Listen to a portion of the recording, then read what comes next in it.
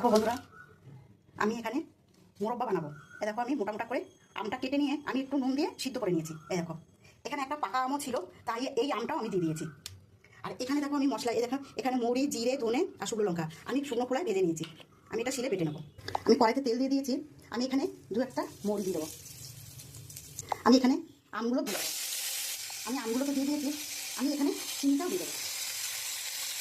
আমি এখানে অল্প করে হলুদও দিয়ে দিয়েছি। আমি এখানে একটু নুন দিয়ে দেবো। আমি শিলে এই মশলাটা বেটে নেবো। আমি জল দেবো না, একদম শুকনো বাটবো। দেখো আমার মশলাটা বাটা হয়ে গেছে, আমি এবার তুলে নেবো। আমি এখন এই গুঁড়ো মশলাটা দিয়ে দেবো।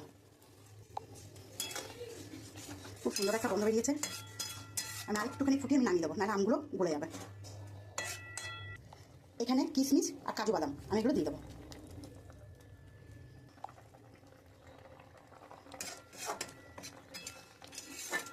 এবার আমি নামিয়ে দেবো। দেখো বন্ধুরা, আমার আমের মোরব্বা হয়ে গেছে। তা আমার যদি রান্নাটা ভালো লাগে তা একটা লাইক, কমেন্ট, শেয়ার করে দিও। আর তোমরা এরকমভাবে বাড়িতে করে খেও, আশা করি খুব ভালো লাগবে। আর প্রথম থেকে শেষ অবধি ভিডিওটা দেখার জন্য অনুরোধ রইল। ধন্যবাদ।